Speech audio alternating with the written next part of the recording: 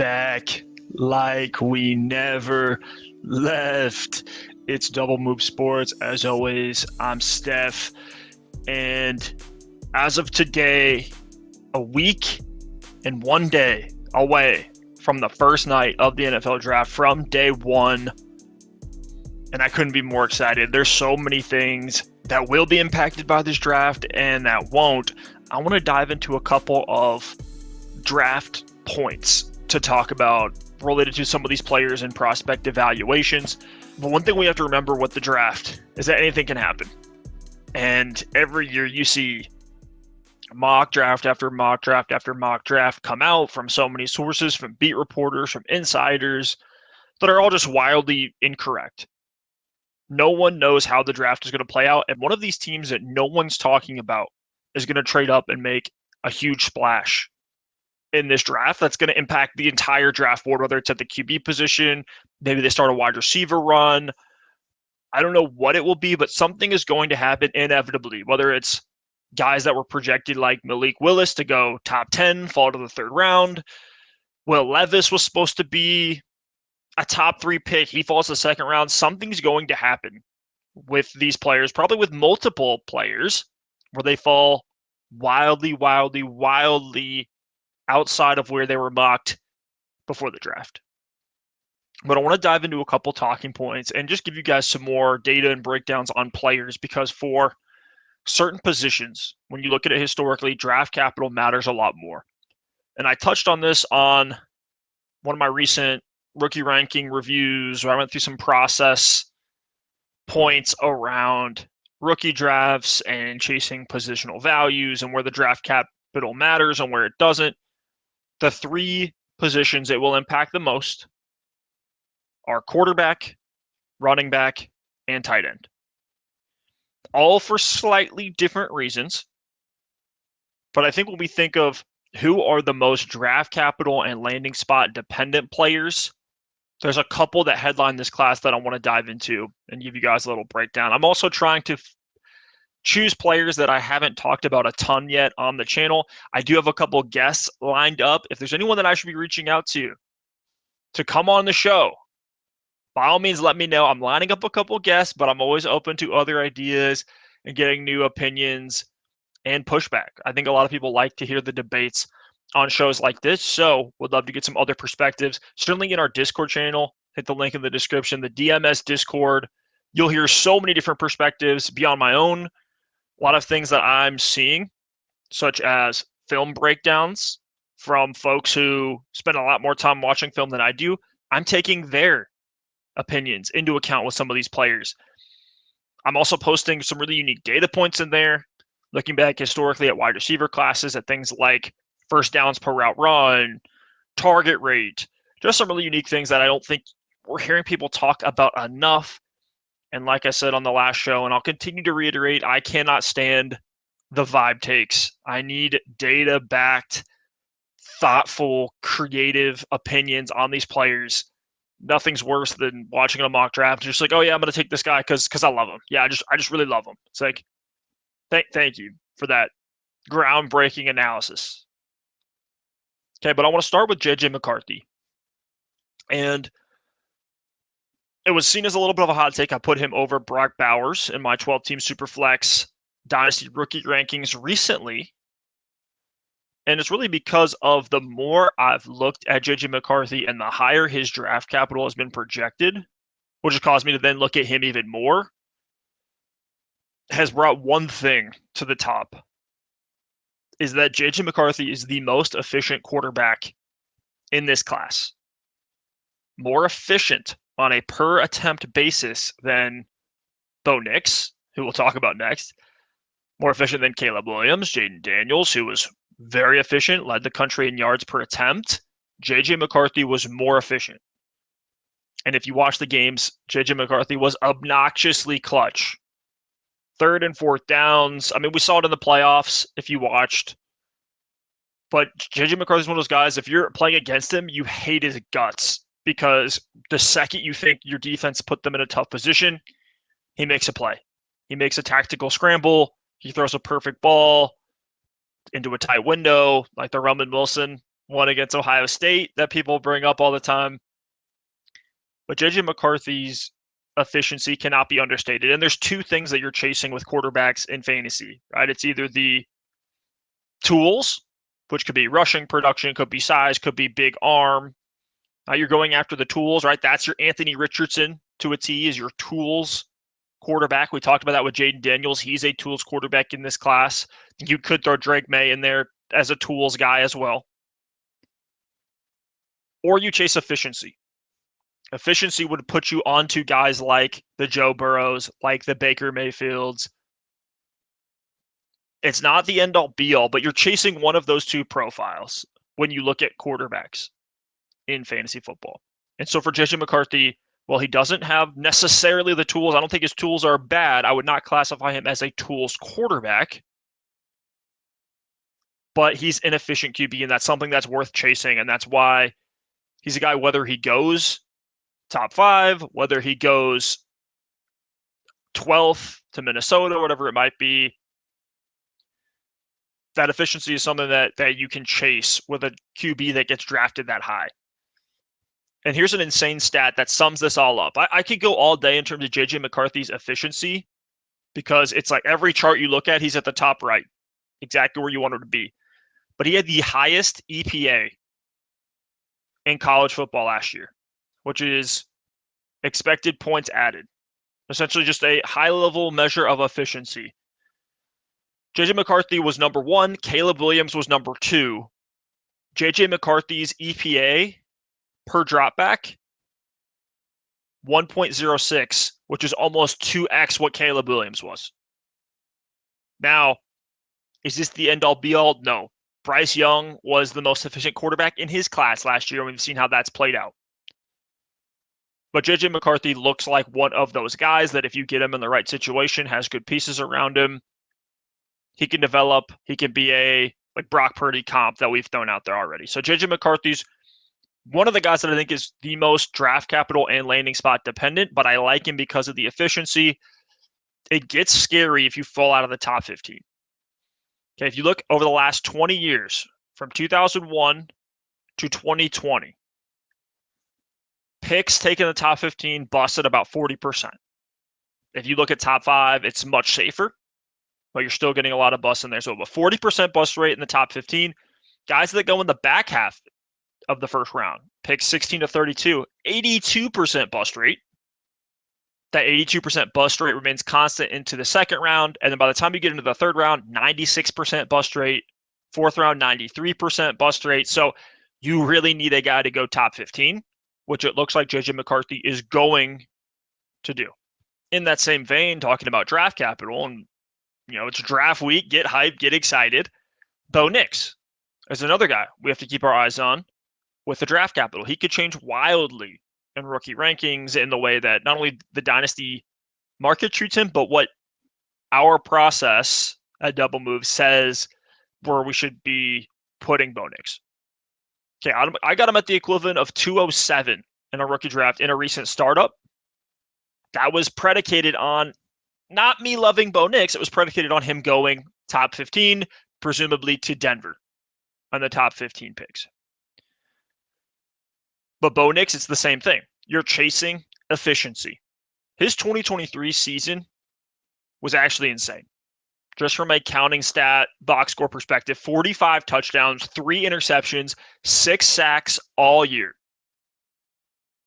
And that's coming off a season where he had almost 3,600 yards, 29-7 touchdown interception ratio. Really, really good the year prior. Above 70% completion rate the last 2 years at Oregon. We are talking about a fifth-year quarterback, which I don't see as necessarily a death sentence.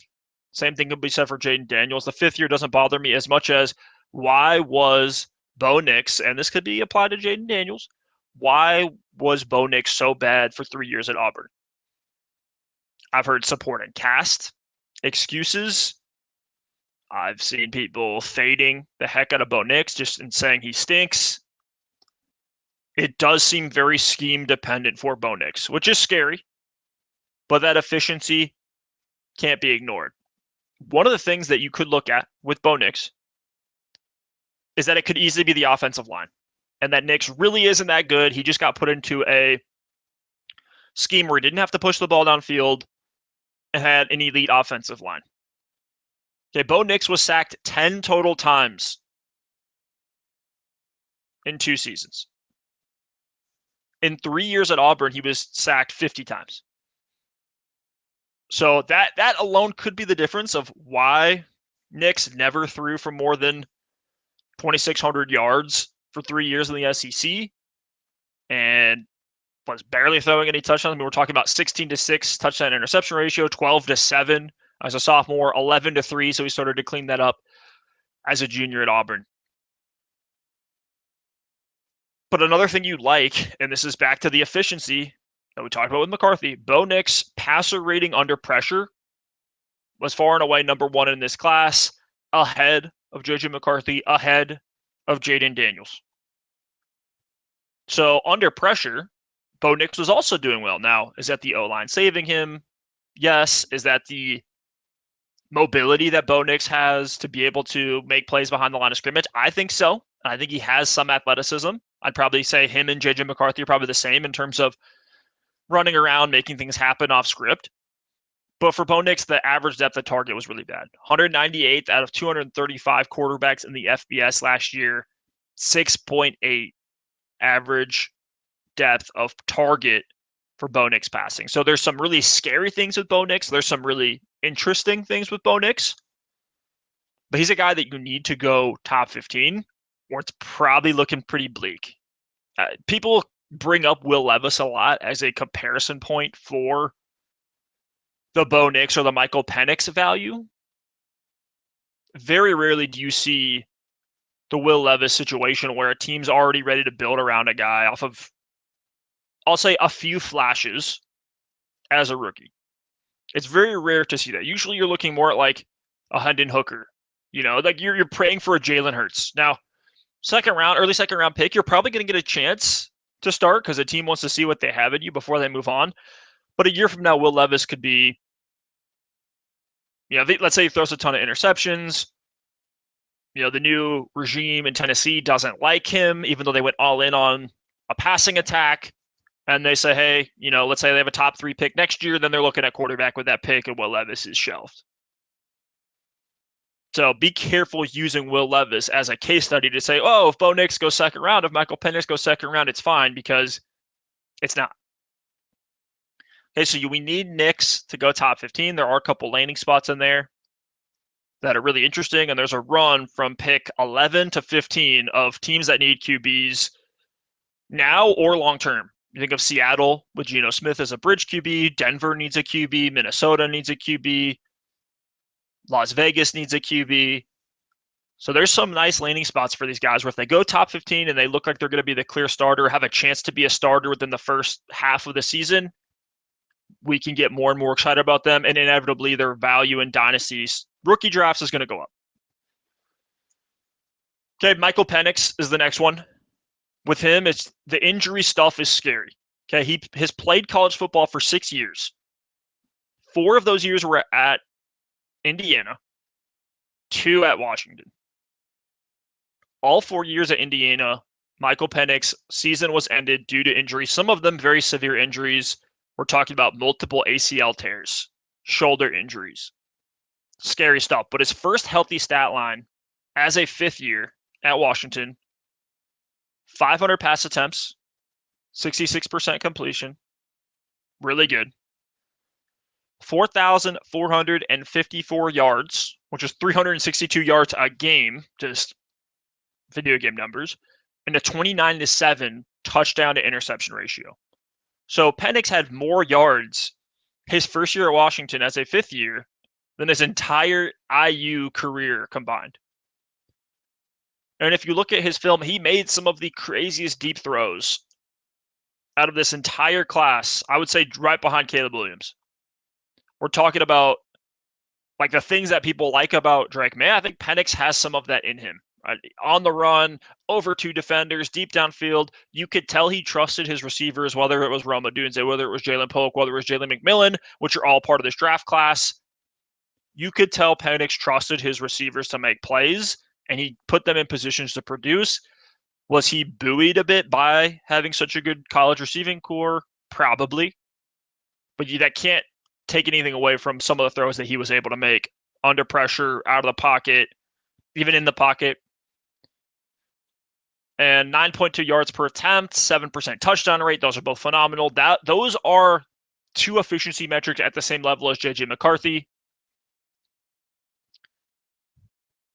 But I do have some concerns about the efficiency throwing the deep ball, as well as his ability to create off script. He had some of the highlights, but if you look at his entire 2 years at Washington, he was very quick to throw the ball away. Very quick to throw the ball away. The second there was pressure, which some people could say that's really smart. I like seeing that from a guy that's not super mobile. I know he had a good pro day and showed more athleticism than a lot of us thought Penix was going to have at the pro day, which is great. Maybe that gets a team to fall in love with him a little bit more and get him that top 15 draft capital that we need. And then you like the fact that Penix rarely took sacks because he was throwing the ball away. But that combined with some of the erraticism on the deep ball is where you could look at Penix and say, can't really get super excited about him. We need these guys to be efficient, just generally efficient, but efficient deep ball throwers. And Penix was not that. His completion ranks tanked when throwing deep downfield. Obviously, they're harder throws. He was throwing with a lot of volume. So those are the narratives that you could buy in on if you're really big in on Penix right now. I could see how you could be really excited about him. I need to see the top 15 draft capital get decided. He's just not a player with enough talent, insulation, and enough efficiency or enough tools for me to overlook the fact that he's a 6th year with all these injury concerns, who's kind of a statue in the pocket that's then now going outside the top 15. That's going to be a tough path for him to become a multi-year starter or to get a big second contract or to just produce for fantasy. We need him to be throwing at the same volume that he was at Washington. You hope that's the case, but that's a little more situational that I don't really want to depend on with QBs. I'd rather just take a good QB regardless of situation. Now, after the QBs, when we talk about who are the most draft capital and landing spot dependent guys in this class, you have to look at running backs. Running backs live and die by draft capital. Far and away, the highest correlation to fantasy success for running backs is draft capital. It's like 6x the next closest correlator, which I believe is speed score, which is a weight adjusted 40 time. And so to see either Trey Benson, Jonathon Brooks, or Blake Corum go in the second round would be a huge win for the 2024 class, for our Dynasty leagues, and just for this class in general, the overall talent profile of this class. To see even, God forbid, all 3 of these running backs go in the second round would be huge. I have the most conviction across Benson, Brooks, and Corum. I have by far and away the most conviction on Trey Benson. Okay, I like Trey Benson for a lot of reasons. Let me outline a couple. 6.1 yards per attempt, career average, 5% target share as a senior. He did have some weird things that muddied the profile, which you talked about in our last show, but he's a late declare. He had to transfer out of his freshman year at Oregon, had some injuries early on. Then he did have the scary knee injury, but we've seen now the 4.39 40, the 20% miles per hour that he hit multiple times at Florida State last year. The one thing I do like about Trey Benson, only 350 carries in his college career. So this is a lightly used racehorse that we're talking about. We're talking about a guy who has an elite 53.9 breakaway run rate as a senior. When you look at the size and speed mixture that Benson has with a guy who's 6 foot 216, really good 27.8 BMI. Usually want guys within that 27 to high 29 range. So love that for Benson. The size is there. And then running a 4.39. I've seen some people compare his testing to Jonathan Taylor. I'm not there quite yet, but I do think Antonio Gibson is a great comp for him. Not so much on the receiving side because Gibson was a receiver pretty much in college, but the size and speed. And then from the actual play style and what he could be for a team, to me, he profiles like a Joe Mixon, where it's like not a guy that you're going to feature in the passing game, not a receiving weapon, but definitely a guy who is stable enough that you could throw him out there. That's probably the biggest concern with Benson would be if he falls to day 3 or falls really far in the 3rd round. Like at that point, he's pretty much a coin flip, and then you're relying on at some point that he gets a workhorse role and then he's able to maintain it. But if he goes in the 2nd round, then I'm looking at him like a Joe Mixon or like what Antonio Gibson was his first 2 years in the league. So Benson's awesome. I'm really excited about Trey Benson. He looks like the truest workhorse profile of this class. Now, the Jonathon Brooks, I was actually impressed to see that came in at 6'2", 216, same as Trey Benson. So I thought that was really interesting. He is an early declare, but Jonathon Brooks is one of those guys you need the draft capital to feel good about this ACL tear that he suffered. Okay, if he goes 2nd round, especially if he goes to Dallas, where that medical staff, everyone talks about this, right? The medical staff for Dallas did the knee surgery on Jonathon Brooks. So if Dallas takes him in the 2nd round, I mean, to the moon for Jonathon Brooks after that. If he falls to the 3rd round or God forbid day 3, it's like, man, how messed up is that knee? Do teams really see him as ever going to be a workhorse? Is he going to be more of a scat back or like change of pace guy, or even like a Miles Sanders guy where it's like never fully found a role, showed some flashes, but couldn't ever just like be that stud RB1 for a team for any sustained period of time. So we need the draft capital on Brooks. I've talked about Blake Corum a lot. To me, he's kind of fake.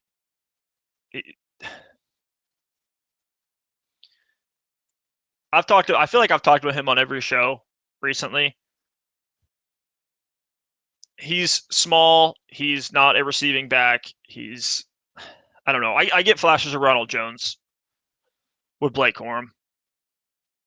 So, yeah, minimal receiver, short, stocky, but 4.53, 40 is not anything to write home about, even if you weight adjust it.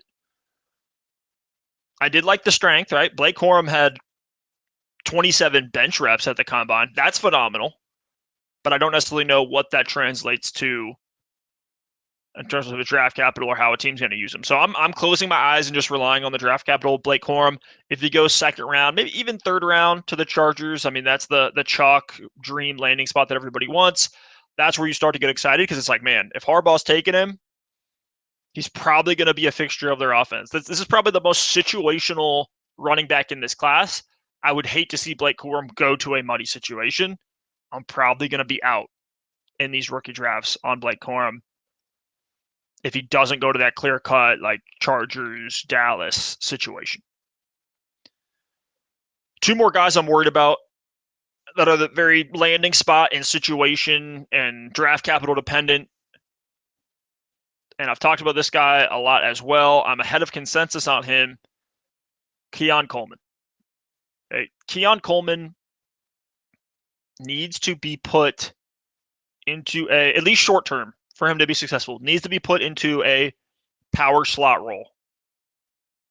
He can't be a guy that they rely to just play X and stretch the field and be this George Pickens. He can do it, and he's a really good contested catch receiver. He's a really good athletic, go up and get it receiver.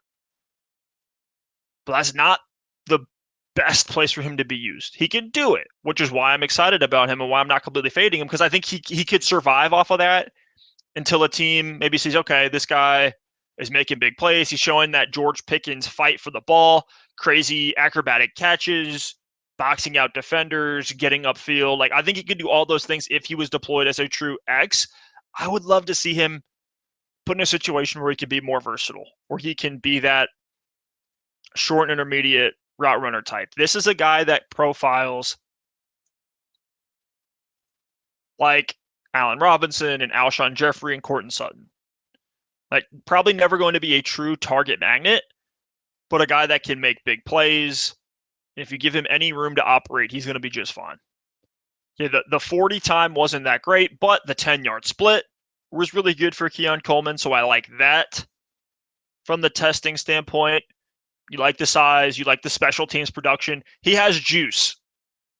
Probably more juice than an Allen Robinson or Alshon Jeffrey had coming out of school. So I like what Coleman can do. You just don't hope he does not get relegated to this George Pickens type offense, or is put in a situation where the quarterback needs to see the guy get open before he can throw the ball. You want Keon Coleman to be in a situation where he can go up for 50-50 balls and bring them down. So he's a guy that I really want to just get in a clear, like, good offense. And then obviously first-round draft capital would be great, but those things matter a little less with wide receivers. Jaylen Wright is the next name I want to talk about, running back out of Tennessee. I have him at the top of this second tier of running backs, right? So it's Benson, Brooks, and then after that, it's this tier of Jaylen Wright, Braylon Allen, Blake Corum, Marshawn Lloyd. And I put Jaylen Wright at the top of this tier because he profiles as a home run hitter. Now, the downside is that he's not the best at creating yards on his own. So Jaylen Wright could move to the bottom of this tier for me if he goes to a team with an entrenched starter.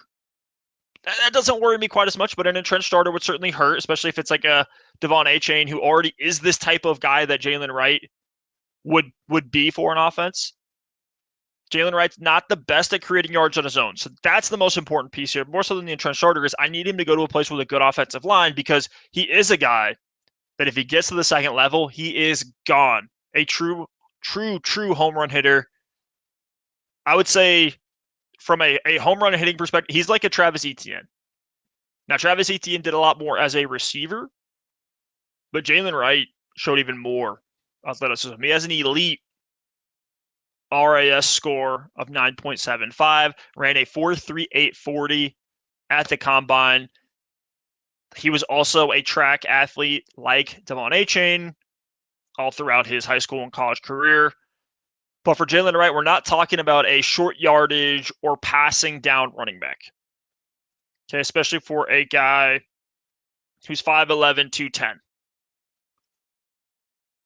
He's just not going to be that Najee Harris, Le'Veon Bell, James Conner, 230-pound RB1. And so he's not going to be a pass-catching back either. So he's looking like it's going to be tough for him to get this clear path to high-value touches in the NFL. Okay, so the concern with that would be like a Miles Sanders, bringing his name up again. But what we have seen with Jaylen Wright is a home run hitting ability, the efficiency, an elite 7.4 yards per attempt as a junior, 6.3 career yards per attempt, elite breakaway run rates, elite yards after contact per attempt, and did have the 6% target share as a junior. So there's some things to get excited about. This is a guy that's probably more like a Kenneth Walker type of guy, and he has some of the same issues that Walker has, where Jaylen Wright's always trying to break it to the outside, which is why I prefer him in a zone scheme. Even though he has done well at Tennessee in both a gap and a zone scheme, I would definitely prefer to see him in an outside zone scheme in a Shanahan offense, where he can just see the open hole, hit it with full intensity, and make big plays like a Raheem Mostert has done for the last 5 years, whatever it is. So that's Jaylen Wright. You're relying him to be an efficiency play. Think J.K. Dobbins, his first year in Baltimore. So there's some range of outcomes with Wright where I get really excited. There's other things where I get nervous. He's probably going to go day 3, so it's more situation than draft capital chasing on Jaylen Wright. Then there's guys that at tight end, Bowers is probably situation and draft capital proof. Obviously, we say that, and then we saw what happened to Kyle Pitts, but I'm going to close my eyes and just hope that the Kyle Pitts situation was an extreme outlier with Arthur Smith, public enemy number one, ruining 2 years of Pitts. Then after that, it's you're either chasing draft capital, year one situation, or athleticism with tight ends. And so on the athleticism side, I love Theo Johnson with an elite testing score, an elite RAS score in this class. I've seen Jatavion Sanders mocked all over. My comp for him is Greg Dulcich. So you do need him to land in a situation where, good year one situation. And then there's another deep tight end sleeper I like in this class, Eric All out of Iowa. He was injured a lot in his college career, so you're getting a little bit of a discount on potential day 3 tight end, but when he was on the field, he was efficient. And so he's another guy I like if that year one situation is good. But all in all, it's Bowers and then everybody else. There's 2 more guys I want to talk about. 2 guys in this class I'm terrified to draft, but I'm still drafting them. And the first one, this is, probably the same for everybody. Adonai Mitchell. Okay, we're talking about a guy that averaged less than 85 yards per game in their best NCAA season. That list is terrifying. It's John Ross, Brashad Perriman, Jalen Reagor, Quentin Johnston, Kelvin Benjamin, Calvin Ridley, Philip Dorsett, Henry Ruggs, and Adonai Mitchell. These are all first-round wide receivers that average less than 85 yards per game. Shout out to Scott Barrett for that tweet that he put out. I am terrified of Adonai Mitchell because his production is so bad. Now, there's excuses, which is why I'm still in on Adonai Mitchell as a name to take in the back of the first round. To me, he's a pure George Pickens comp in every sense of the word. And it's scary how similar their college careers were, where they both declared early but had an injured season that wiped them away. Pickens was his junior year. Adonai Mitchell was a sophomore year. Both were at Georgia. Both had really high average depth of targets, but very, very low yards after the catch and missed tackles for us. These are go up and get it guys that fall down. Pickens, you see what he does, how he contorts his body to make big plays and high pointed and toe tap. That's what you see all over Adonai Mitchell's tape as well. I see him as a lot more raw, as people want to admit. Yeah, there's people that love Adonai Mitchell, and when I ask them about why they love him, they're pointing to like 2 highlights. It's like we could do that with every player. The question is, why did Adonai Mitchell, given his elite testing and all the physical gifts that he has, the size, the speed, everything, why did he only have 2 career receptions over 40 yards, 3 career 100-yard games, and just 3 career 6+ reception games? So it's like I look at this guy, I'm like, he's not a target magnet. And if he goes to Buffalo at 28, people are going to see him as the Stephon Diggs replacement when that's just not him, at least from what he's done in college. He would have to change drastically from college to the pros to be able to be a Stephon Diggs. He doesn't look like that. Javon Baker looks more like Stephon Diggs than Adonai Mitchell does. Maybe that's a take for another day. I'm high on Javon Baker in the mid-second in rookie drafts. But the excuses are there with Adonai Mitchell. One of those is I think Texas had a weird scheme. If you actually look at it, Adonai Mitchell ran 20 more routes than Xavier Worthy, but had like 30% the yards, which is just, it's weird. And any efficiency metric that you look at, target rate, first downs per route run, target share, I mean, just really, really bad for Adonai Mitchell. So you have to close your eyes and just say the production was anomaly.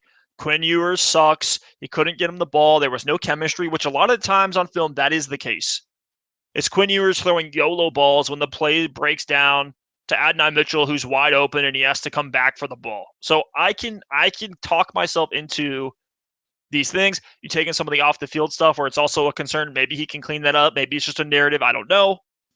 And recently, it has come out on Twitter in some pretty distasteful ways, I'll say, that Adonai Mitchell has been diagnosed with type 1 diabetes. Apparently, this is public information that has been out there. We did a little bit of digging in the DMS Discord, and we did find some articles back in 2019 that AD Mitchell had been refused a commitment to the University of Tennessee because of a type 1 diabetes diagnosis, which that in and of itself feels like that should be a scandal. But hearing that, and my heart goes out to the guy. I can't imagine having to deal with that severe of a condition on this big of a stage. Hearing that now, I'm a huge AD Mitchell fan. Hopefully he can fight through the adversity and figure out how to manage his diabetes and regardless, that new information, quote unquote new information, could explain a lot of the inconsistencies and the laziness and the combine quote where AD Mitchell said he never ran routes at 100% because he wants to stay on the field to the last drive or throughout the entire drive. So that adds a layer of context. For me, I'm just going to rely on the medicals from the NFL. They're the ones that are paying potentially millions of dollars, locking this guy in for years and years and years to be an employee of their organization. I imagine they are going to do their due diligence. And AD Mitchell already had the injury riddled season as a sophomore, where he really did not play that much. So you add in some of the like injury health concerns. I hope he can figure it out. I hope it's not an issue. But the quote that has come out says really that he hasn't figured out how to be a professional athlete and a diabetic, and that it's a challenge. And again, like I feel so bad for the guy having to deal with that. I wouldn't wish that on anybody. So, but I would be kicking myself if I passed up on Adonai Mitchell for a Troy Franklin or a running back I didn't really like, just because a couple bad years of production where there were some excuses baked in, especially when we had Adonai doing really well as a freshman, 14% target share in a loaded Georgia offense as a freshman. So there's enough to get excited about. The flashes are there. I love the route running, even though it's inconsistent. I have theories on Adonai Mitchell. Maybe he's going out to party for half of these games the night before, and he's coming into the game hungover, and the coaches just say, look, you think you can, not try that hard and do all this stuff? Okay, fine. We're going to run you 70 wind sprints today, and you better be ready when we call your name because the ball's not going to come your way that much. Like it's so bizarre how inefficient Adonai Mitchell is that I have to believe there's something more to it. Maybe it's the ego, the diva, I don't know. But there's enough flash that Adonai Mitchell could be like a George Pickens plus. Like George Pickens with, less physicality, more route running, and be one of those like league winner guys, especially if he does go to Buffalo at 28. So as gross as it is, I have to just close my eyes and hit the draft button on Adonai Mitchell, despite the red flags. Now, if he falls, let's say late second round, then it's like, okay, how severe are these off the field issues? Are teams looking at him and saying, no, he can't be a consistent fixture of an offense with how inconsistent he was at school? And last but not least, I am terrified to draft, but still doing it, Troy Franklin. Have him at the bottom of this Keon Coleman, Adonai Mitchell tier. Have him right above Vlad Mcconkey. Maybe that's another conversation for another day. I see Lad as a riser throughout the draft. It's very easy to see. Just with all the injury stuff with him, he's another guy you need the draft capital just to feel good about the injury. Same thing with like Penix. But with Troy Franklin, I liked him a lot early in this process because his true junior year, after a very good 20.6% target share sophomore year, has an elite junior year. We're talking about on par with Marvin Harrison Jr., on par with Malik Neighbors, better than Rome, better than Lad Mcconkey, better than name whoever you want in this class. Troy Franklin's junior year, just comparing 2023 stats, is extremely impressive. Hey, elite 3.32 yards per route run, 27.34% target rate, which is just saying when you balance everything out for, routes versus blocking plays versus missed games versus, missed snaps. So this is equating everything on a route basis, I think is the cleanest way to see target earning potential and capabilities in college is you equate everything for routes run. First down per routes run, another really sticky stat that I'm super excited about that more data has been coming out on, was right behind Neighbors and Marv for Troy Franklin. Right, just a tad ahead of McConkey. So you take into account all the efficiency, all the things he was able to do, the box score, like even the average at the target was 0.6 yards higher than Malik Neighbors, 0.2 below Marvin Harrison. So it's like what he did as a junior cannot be ignored. And if he goes in the first round, we're talking about his efficiency plus being drafted in the first round. You're looking at a list of guys that it's Justin Jefferson, Ja'Marr Chase, CeeDee Lamb, Hollywood Brown, Jalen Waddle, Devonta Smith, Garrett Wilson, Chris Olave, Jackson Smith, and Jigba. Okay, if you look at first-round projected receivers, it's Marvin Harrison would fit that bill, Malik Neighbors would fit that bill, and then Troy Franklin, if he goes in the first round, is added to this list. So obviously we're going to feel a lot better about Franklin getting drafted earlier. But despite all of his production and how efficient he was and how he carried the Oregon offense, I shouldn't say that. There was some other role players, Bucky Irving, Tez Johnson. There were some guys on that team, and we talked about the low ADOT with Bo Nix, so maybe some of that balances that out. But shout out to my boy D-Rid. I'm going to have some more shows with him and others in the Discord community coming soon. But Derek pointed out some very scary elements of Troy Franklin's game. First and foremost, his hands, the way he catches the ball it's body catches. He's waiting for the ball to come into his body, which is not typically a recipe for success. You want receivers that strong hands, just snatch the ball in the air. Okay, and some of the drop rates align with that as well. So I pose the question that are the hands for Troy Franklin fixable? If we're going to say his hands are terrible. And here was the response from Derek. He said, I don't think it's fixable. Guys like Javon Baker with high drop rates do make great catches from time to time. Strong catches, plucking out of the air. This is bad. Shaky. There's nothing to work with in terms of Franklin's hands. He will either be wide-ass open or he won't catch the ball in the NFL. The margins for error and what worked in college won't be so forgiving.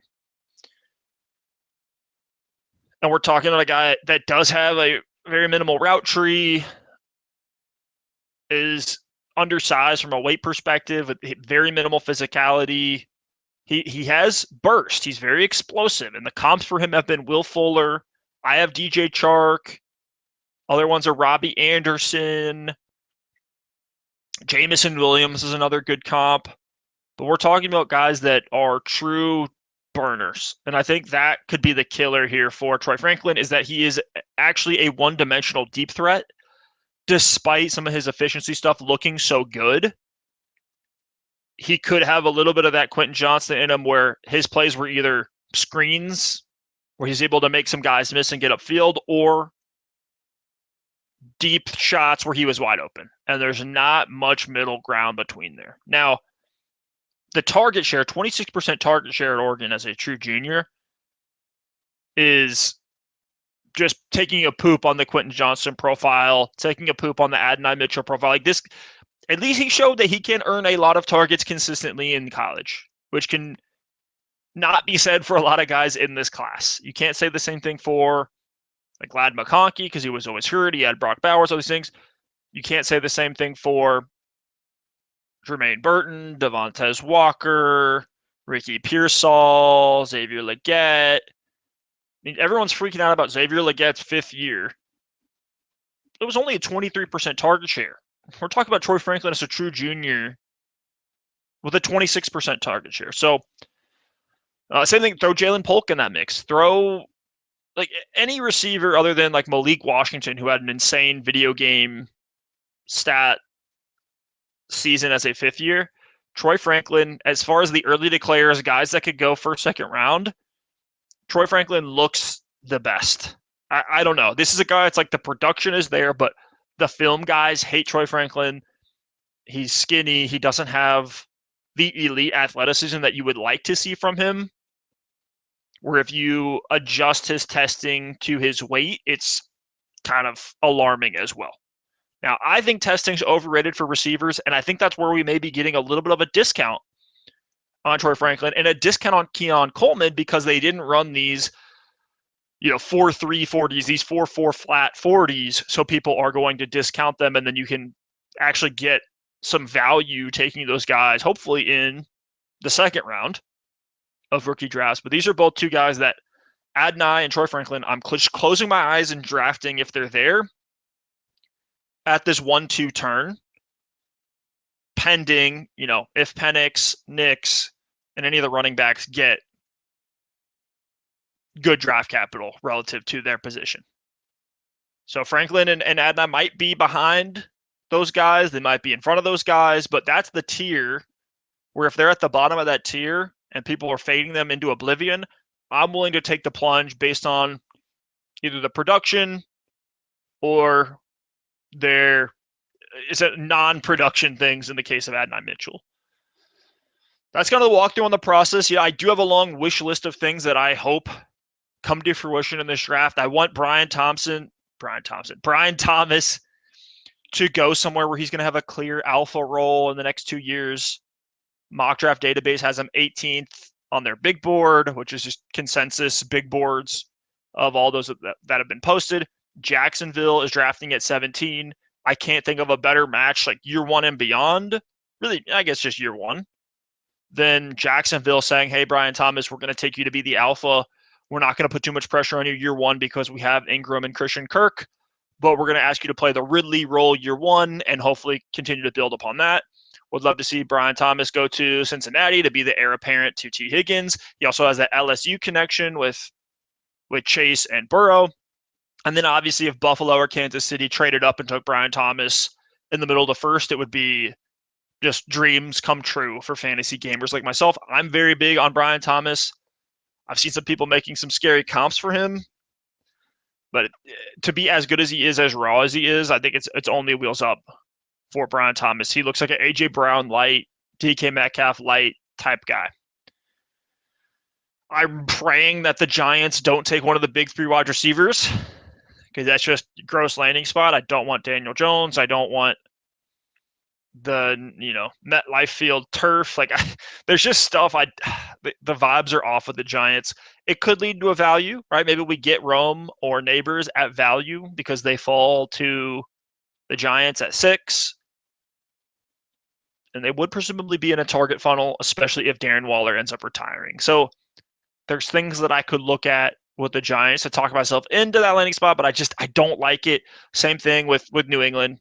Whatever quarterback they take at 3, if they end up picking at 3, we're all praying that it's not Drake May because we want May to be successful. And New England is one of those career ruiner landing spots where if things start off shaky, you're taking 1 million sacks, you have no one to throw to, then you're on the Mac Jones path. I think if Mac Jones went 3rd overall to San Francisco instead of Trey Lance, this is a massively different conversation on the Mac Jones narrative versus he goes New England, he's not talking smack against his own team to the Jets, and Bill Belichick sees him as disrespectful, doesn't work hard, doesn't say the right things, and then he ends up getting shelved and then traded to Jacksonville out of spite. That's what we're praying doesn't happen to Drake May or honestly Jaden Daniels, whoever they go with at 3. So we're really hoping they trade back. I'm praying that my boy Javon Baker goes day 2. Baker is definitely a flag plant for me. Last year it was Jaden Reed. This year it's Javon Baker. I just see him as a very complete receiver. He can play a lot of roles, which I think gives him some value insulation. I think you could say this for Lad McConkey as well. And I have Baker and McConkey back-to-back in the mid-second round in terms of my Superflex rookie rankings, which I keep updated in the Discord channel. Again, hit that link, join the conversation with us, join leagues with me and the boys. But with Javon Baker, we're talking about a guy that was just good whenever he was on the field. Transferred out of Alabama, was just great. 6th highest PFF grade since 2015 against single coverage, 21.9 yards per reception as a senior, got better every year. I've seen Stephon Diggs comps to Javon Baker on Twitter, which I think are amazing. I don't see that necessarily. I'm more of like a Golden Tate, Tyler Lockett type guy for Javon Baker. But this is a guy that could be a slot monster, possession receiver. He could be an outside contested catch guy. He could be a Tyler Boyd, which I think would actually be a good outcome. We got multiple wide receiver 2 years out of Tyler Boyd, and he got the second contract. So that's a guy I really like in Javon Baker. I'm praying he goes day 2 and doesn't get completely shelved by the NFL. And then obviously we're praying that a running back goes to a Dallas or the Chargers, ideally on day 2. And then I really don't want anyone to go to the Panthers except for Ladd McConkey. Because one, I think that would then make Ladd McConkey a value, and I could actually get some shares. I'm definitely lower than consensus on Ladd, and if I'm going to have shares, I need him to fall, and I think if he goes to the Panthers, people are going to see that as a gross landing spot, and he will fall, and I'll be able to actually get some Ladd McConkey this year. But I also like Ladd McConkey in Carolina for the fit and the versatility. Ladd can do everything. He has juice, he has burst, he has speed, he has explosiveness, he has route running. Is he this hulking massive receiver like T. Higgins or Mike Evans? No. But can he be a Deontay Johnson? Deontay Johnson was just like this as well. If you remember that first year where Deontay Johnson came onto the scene, it was with Mason Rudolph and Duck Hodges in Pittsburgh, heaving up deep throws and Deontay Johnson just making plays. And then Big Ben comes back into the fold, and now Deontay Johnson's this possession receiver. And that's why the Deontay Johnson comp for me for Ladd McConkey just works so well. It's a guy that's versatile, can do whatever you need him to do. And because of the route running and the way he gets open, he'd be a perfect fit for Bryce Young if Bryce Young is ever going to end up working out. So those are my final notes on the draft before draft day. Again, we're about a week out at the time of this recording. We will inevitably be freaking out in the Discord the entire weekend, so can't recommend joining that party enough. We'll be in the live chat going crazy. I will actually be on vacation in Florida during the draft, so wild things are definitely going to happen. Probably be staying up way too late on vacation, looking at these landing spots and year 1 projections. But I appreciate y'all rocking with us. Like and subscribe if you enjoy the show, and we'll see y'all next time. Peace.